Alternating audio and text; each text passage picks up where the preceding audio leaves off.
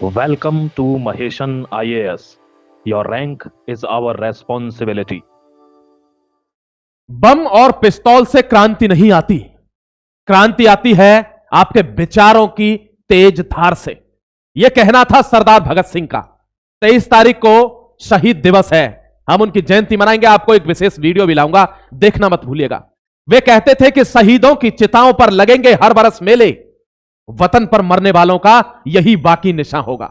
Hello, जय हिंद, वंदे मातरम। Welcome to Maheshan IAS digital platform today. Article आपके सामने लाया हूं, छोटा आर्टिकल है, अच्छा आर्टिकल है। जो भी डेवलपमेंट है बहुत विस्तार से आपको समझा दूंगा 10 से 15 मिनट के अंदर। बहुत ध्यान से सरसरी निगाह से आर्टिकल को देखिएगा। लेकिन आगे बढ़ने से पहले आपसे पूछना चाहता हूं, यह पिक्चर आपने देख ली क्या? यह मूवी आपने देख ली क्या? देखो दोस्तों, एक बात ध्यान रखना, कुछ इशारे होते हैं जिससे आप पहचान सकते हैं कि यह व्यक्ति किस तरीके का है। यानी इस पिक्चर में सब कुछ सही दिखाया गया होगा, इसकी पुष्टि हम नहीं करते, मैं नहीं करता या कोई भी नहीं करेगा, क्योंकि यह मूवी है। लेकिन इसमें कुछ भी दिखाया गया हो, पाकिस्तान के खिलाफ ही दिखाया गया होगा, तो उससे जिसकी जल रही है उसको समझ जाना आप यह किस तरीके का व्यक्ति है। क्योंकि भगवान कृष्ण गीता जी में लिख देते हैं मेरे भाई कि स्वधर्म को त्याग कर कोई अच्छा भी धर्म हो उसको अपना लेना भी अधर्म है। ध्यान रखना।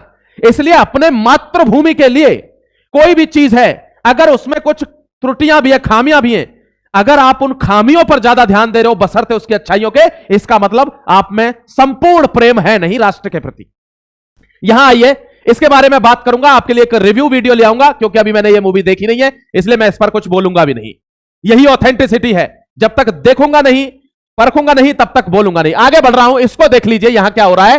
ट्रंप का प्लान फ्लॉप, जंग से मालामाल हो रहा है ईरान, हर दिन तिजोरी में कितने अरबों रुपए हॉर्मुज से भर रहा है। क्या दलाली शुरू कर दी क्या ईरान ने?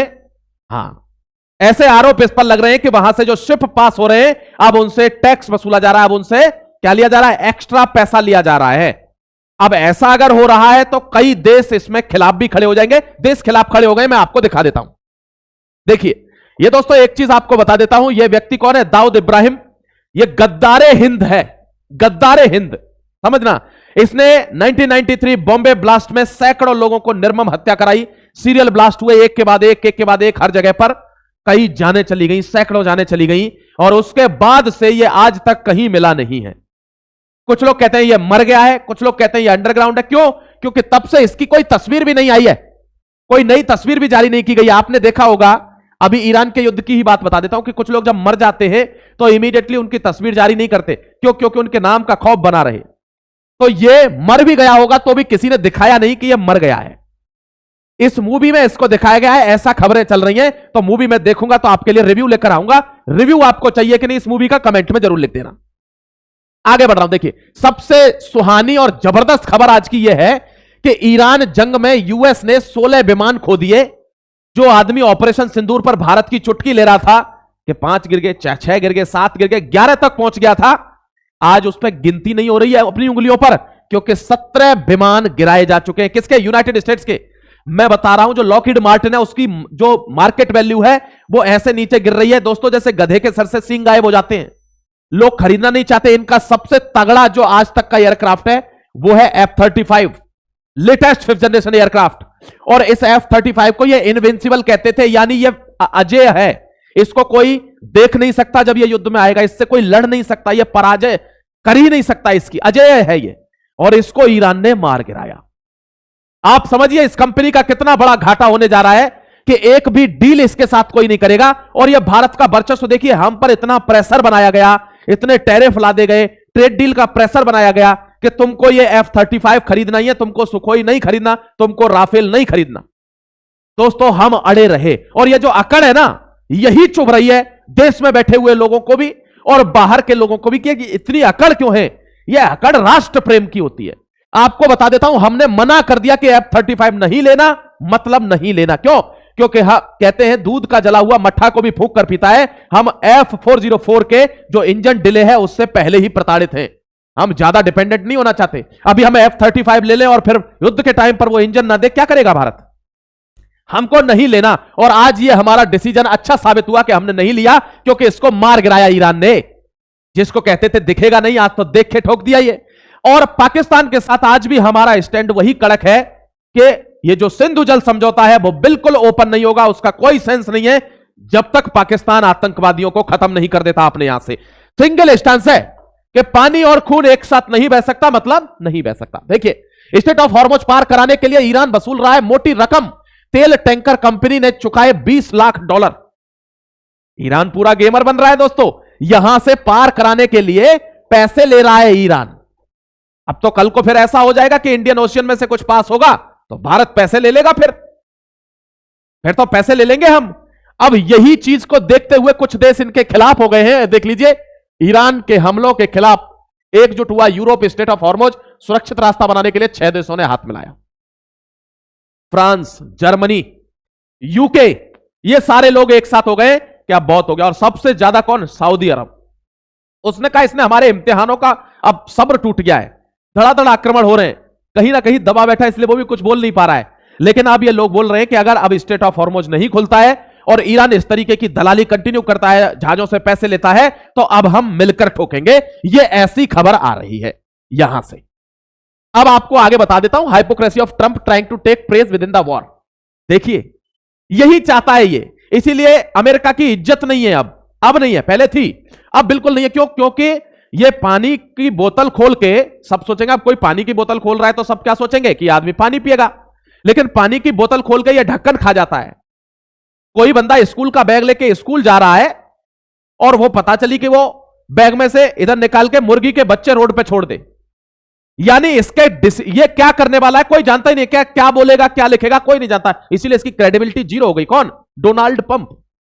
यहां देख लीजिए, कह रहा है 30 दिन की छूट दे रहा हूं ईरान को कि 30 दिन अपना तेल बेच लो, जितना तुम्हारे पास 140 मिलियन बैरल तेल है बेच लो उसको। 30 दिन का ही टाइम है, 20 मार्च से लेकर 19 अप्रैल तक। सहानुभूति लेना चाहता है कि देखो मैंने तुम्हारा नुकसान हुआ है, तेल बेचने की अनुमति दे दी, पूरे देश को बेचो। लेकिन ये चाल है, कैसे? ये चाह रहा है कि इस बीच ईरान पैसा कमाने के चक्कर में तेल बेचेगा, सारे रास्ते खुल जाएंगे। एक बार कोई चीज खुलती है तो फिर बंद होना मुश्किल हो जाता है। ईरान इस चंगुल में शायद नहीं आएगा। ये देखिए, सेक्रेटरी स्कॉट बेसेंट कहते हैं कि bring approximately 140 million barrel of oil global markets. हम चाहते हैं 140 मिलियन बैरल तेल जो है वो ग्लोबल मार्केट में आए, स्थिर हो जाए इसके प्राइस, और ईरान को भी पैसा मिल जाए, वो पैसा कमा ले। ऐसी इसकी ये चाल है। यहां देखिए बेबर, वो कह रहा है बेबर केवल लिमिटेड टाइम के लिए है, 20 मार्च से 19 मार्च के लिए। तो बेसेंट क्या कह रहा है दोस्तों कि total 440 million additional barrel oil जब ग्लोबल मार्केट में आएगा तो इसके प्राइस सॉफ्ट हो जाएंगे, टेंशन नहीं रहेगी, किसी को डरेगा नहीं कोई।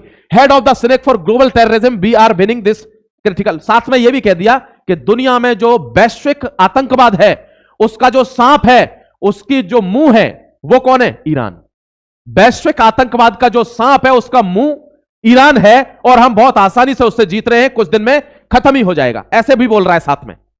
अब ऐसे तो मुझे नहीं लगता है कि कोई मान जाएगा तुम्हारी बात। अब funny act of balancing war with economy, देखिए वही है ना कि यूएस ने कहा है आपसे बैन हटा रहे हैं, जो सैंक्शन लगाए हुए हैं, 140 मिलियन बैरल तेल को छोड़ दीजिए, पूरे विश्व में फैलाइए और पैसा कमा लीजिए, ऐसा कहा गया है इसके द्वारा। लेकिन ऐसा होगा नहीं, ऐसे होगा थोड़ी। Iran will have difficulty accessing any revenue generated and the United State will continue to maintain maximum pressure.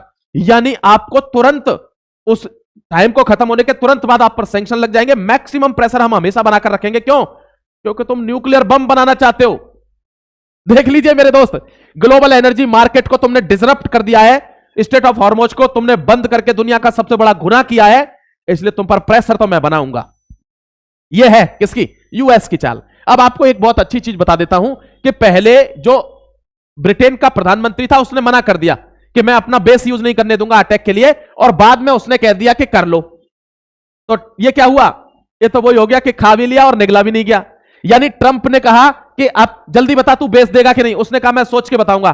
थोड़ी देर बाद बोलता है कि ले लीजिए बेस। ट्रंप ने कहा अब देर हो गई अब देर हो गई, तू लेट हो गया, तेरी ऐसी की तैसी। यानी उसने बेस भी दे दिया और उसकी बेइज्जती भी हो गई। उनको बोला है कि इन कायरों को याद रखा जाएगा, we will remember the NATO cowards.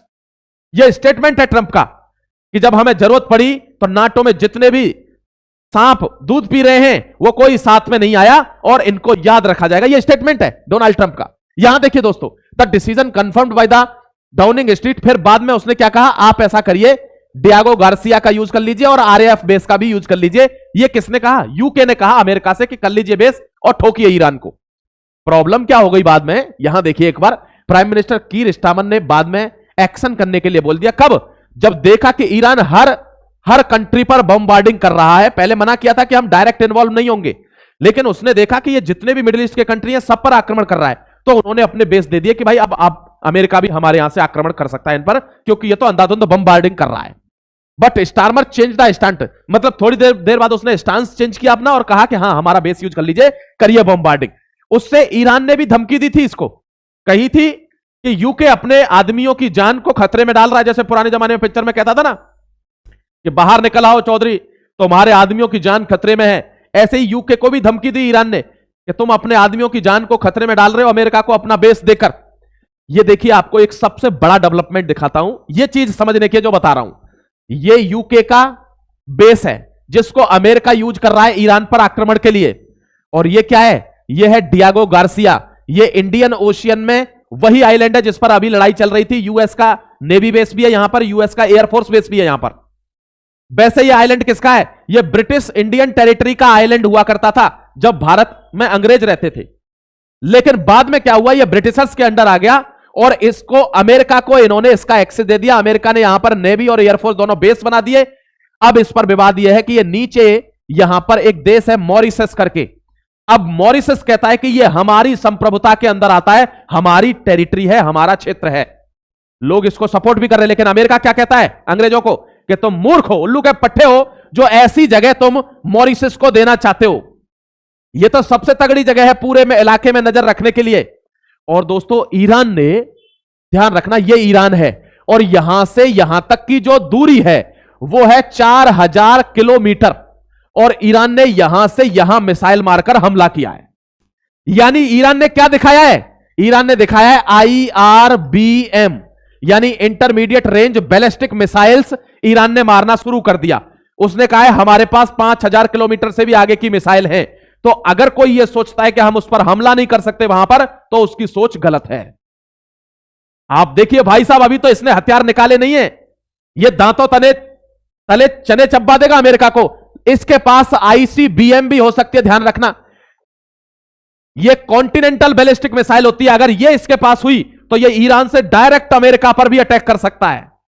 और इसीलिए यह बोल रहा था कि अभी मैंने पूरे पत्ते खोले नहीं है, मैं अभी तो हमने छोटे मोटे हथियार यूज किए हैं, बड़े वाले तो मैं निकालूंगा। तो अगर इस पर ICBM हुई तो यह डायरेक्ट अमेरिका पर भी बड़ा हमला कर सकता है। ध्यान रखिएगा, उसने एक ट्रेलर दिखा दिया है कि 4000 किलोमीटर तक तो मैं मार सकता हूं। तो आपको क्या लगता है, यह युद्ध बंद हो रहा है?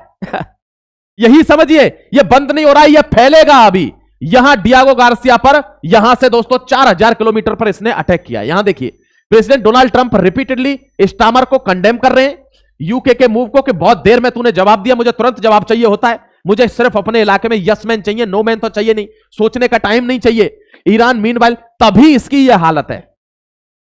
अमेरिका पर 39 ट्रिलियन डॉलर का कर्जा हो गया है। पहली बार ऐसा हुआ है अमेरिका पर 39 ट्रिलियन डॉलर का कर्जा पार कर गया, और इनकी इकोनॉमी कितने की है? 32 ट्रिलियन डॉलर की।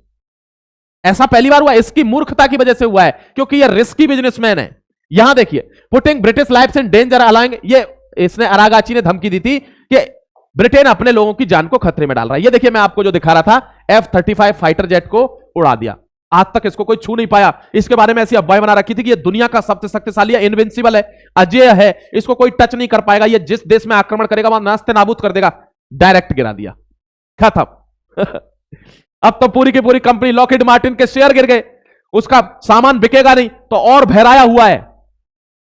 F-16 हमने गिरा ही दिया था राफेल से, F-35 ईरान ने गिरा दिया। इसकी तो मिट्टी खराब हो गई भाई साहब, आपको विश्वास नहीं हो रहा होगा, मैं सही बता रहा हूं।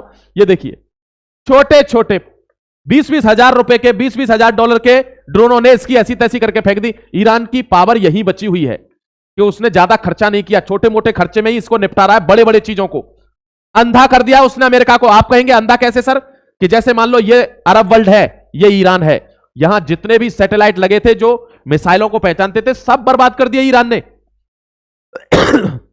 अब इसको पता ही नहीं है कोई सैटेलाइट आ रहा है तो कहां, वो मिसाइल आ रही है तो कहां गिरेगी, तो अंधा खड़ा हुआ है। बहुत बहुत बड़े इनके रडार खत्म कर दिए। ये देखिए डियागो बेस पर डायरेक्ट हमला किया आईआरबीएम से। ये तो उड़ा ही दिया। 4000 किलोमीटर अबे टारगेट कर रहा है कौन? ईरान। भाई रे भाई, यहां देखिए दोस्तों, 16 यूएस के एयरक्राफ्ट। एक एयरक्राफ्ट की कीमत बहुत होती है। आप देखिए ना, हमने 3 लाख करोड़ की डील करी है। किसकी? उसकी, राफेल की। ये एयरक्राफ्ट तो उससे भी महंगे हैं। दुनिया के सबसे महंगा एयरक्राफ्ट है F-35। यहां देखिए, शॉट डाउन, ये शॉट डाउन कर दिया। Third knocked out. थर्ड क्या है? रडार सिस्टम है, एंटी मिसाइल इंटरसेप्टर है, हटा दिया। F-35 को मार दिया। US 4 डैमेज मार दिया। ईरान लो कॉस्ट स्ट्राइक मार, एक्सपोज $1 ट्रिलियन फ्लॉस। $1 ट्रिलियन। यानी पाकिस्तान की जितनी इकोनॉमी नहीं है, उसके 3-4 गुना तो यूएस का पैसा खत्म हो चुका।